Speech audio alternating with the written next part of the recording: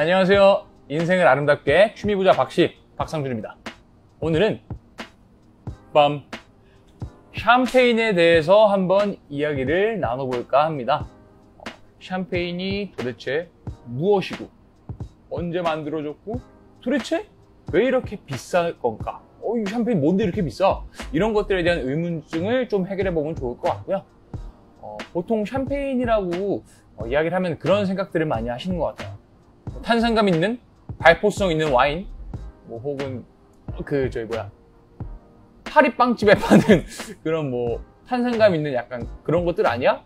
라고 생각을 하시는 분들이 많은 것 같아서 그렇다면 샴페인이 정확히 무엇인지 같이 알아보고 대화를 나눠보면 좋을 것 같다, 이런 생각이 들어서 이번 영상을 기획을 하게 되었습니다. 자, 그럼 우선 샴페인이 무엇인지에 대해서 한번 대화를 나눠보도록 하죠. 자, 이 샴페인이 무엇이냐, 요것을 말씀드리기 전에 발포성 와인, 이것들을 통칭하는 스파클링 와인에 대해서 정확하게 짚고 넘어가야 할 것 같아요. 이런 것들 들어보셨을 수도 있을 것 같아요. 모스카토 다스티, 까바, 끄레망, 이런 것들도 다 스파클링 안에 포함이 되는 또 하나의 세부 분류들인데, 이것들과 별개로 또 하나가 샴페인이라는 게 존재를 한다. 자, 그럼 이렇게 생각을 해보면 좋을 것 같아요. 모든 스파클링 와인은 샴페인이 아니지만 모든 샴페인은 스파클링 와인이다. 네, 이렇게 개념을 정립을 해두시고 시작을 하시면 좋을 것 같아요. 그럼 도대체 왜 이런 세부적인 샴페인이라는 장르가 생겨났나? 도대체 샴페인이 뭐가 다른 건가? 이런 것들에 대해서 살짝 이야기를 해보면 좋을 것 같아요. 샴페인이 구분되는 이유는 크게 두 가지를 말씀드리면 좋을 것 같아요. 첫 번째는 지역입니다. 우리는 지금 쉽게 샴페인이라고 발음을 하지만 이건 영어식 발음이고요. 원래는 불어를 잘 못하지만 샹팡 이런 불어가 있어요. 그래서 쌍파뉴 지역이거든요. 그거를 이제 영어로 읽으면 샴페인이 되는 건데, 그런 쌍파뉴 지역 안에서 만들어져야 하는 첫 번째 규칙이 있고요. 두 번째 규칙은 샴페인만을 만드는 특별한 샴페인 방식이 존재를 합니다. 다른 스파클링 와인과는 차별화된 하나의 메소드인 거죠, 방법. 네, 그런 두 가지의 특징을 갖고 샴페인이라는 세부적인 장르의 특징을 부여받게 되고 샴페인이라는 공식적인 명칭을 취득할 수 있게 됩니다. 자, 이렇게 샴페인이 다른 스파클링 와인과 어떻게 다른지 살짝 말씀을 드렸는데요. 그럼 본격적으로 어떤 방식 때문에 샴페인이 다른 건지, 또 그게 뭔데 이렇게 샴페인이 비싼 건지, 이런 것들을 이야기하기에 앞서 샴페인의 역사와 탄생에 대해서 살짝 이야기를 해보고 넘어가면 좋을 것 같습니다.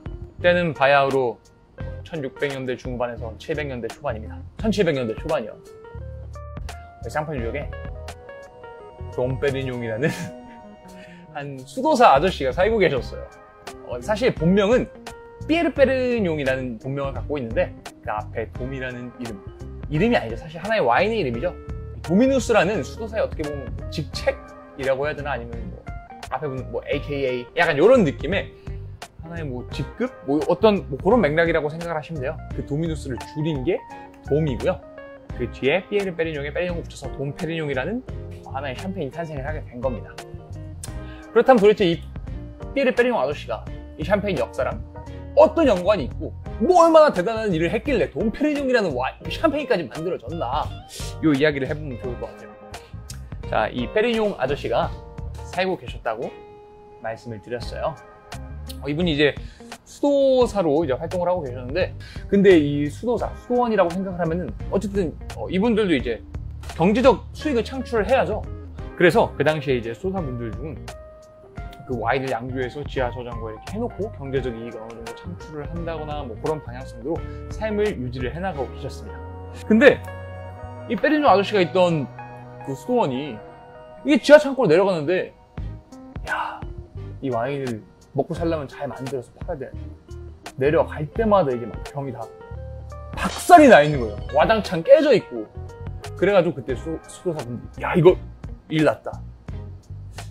이거는 계속 이게 깨지는 거 보니까 이건 분명히 악마의 와인이다, 사탄 들일 와인이다, 막 이런 이야기들을 했다고 해요.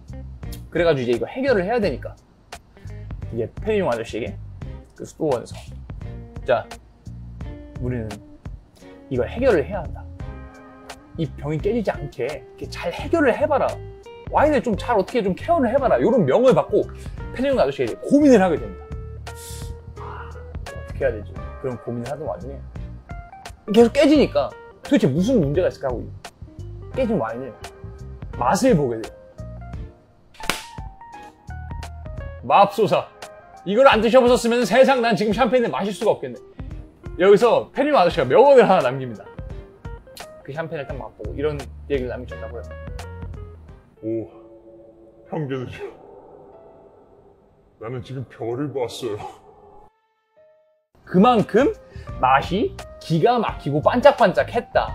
요런 맥락이겠죠.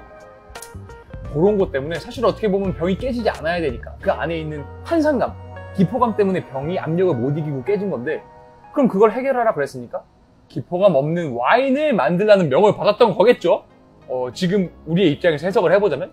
근데 그 맛을 보더니 세상 목적이 바뀐 겁니다.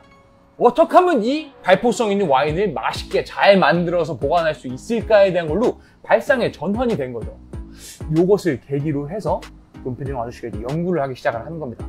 왜 이런 발포성 와인이 만들어졌고 어떻게 해야 이 기포를 잘 간직하면서 이 와인을 만들어낼 수 있을까, 이런 고민의 과정 끝에 현재에 다다라서 샴페인 메소드라는 전통적인 샴페인 스파클링 와인 양조 방식이 탄생을 했고, 그런 것들이 이어져 와서 또 현대의 기술의 문명과 이렇게 조화와 융합을 이루면서 다양한 스파클링 와인 중에 샴페인이라는 맛있는 음료를 즐길 수 있게 된 게 아닐까, 이런 생각을 해보게 됩니다. 그러면은 이렇게 생각하시는 분들도 있을 거예요. 샴페인이 최초의 스파클링 와인이구나, 발포성 와인이구나. 하지만 아닙니다.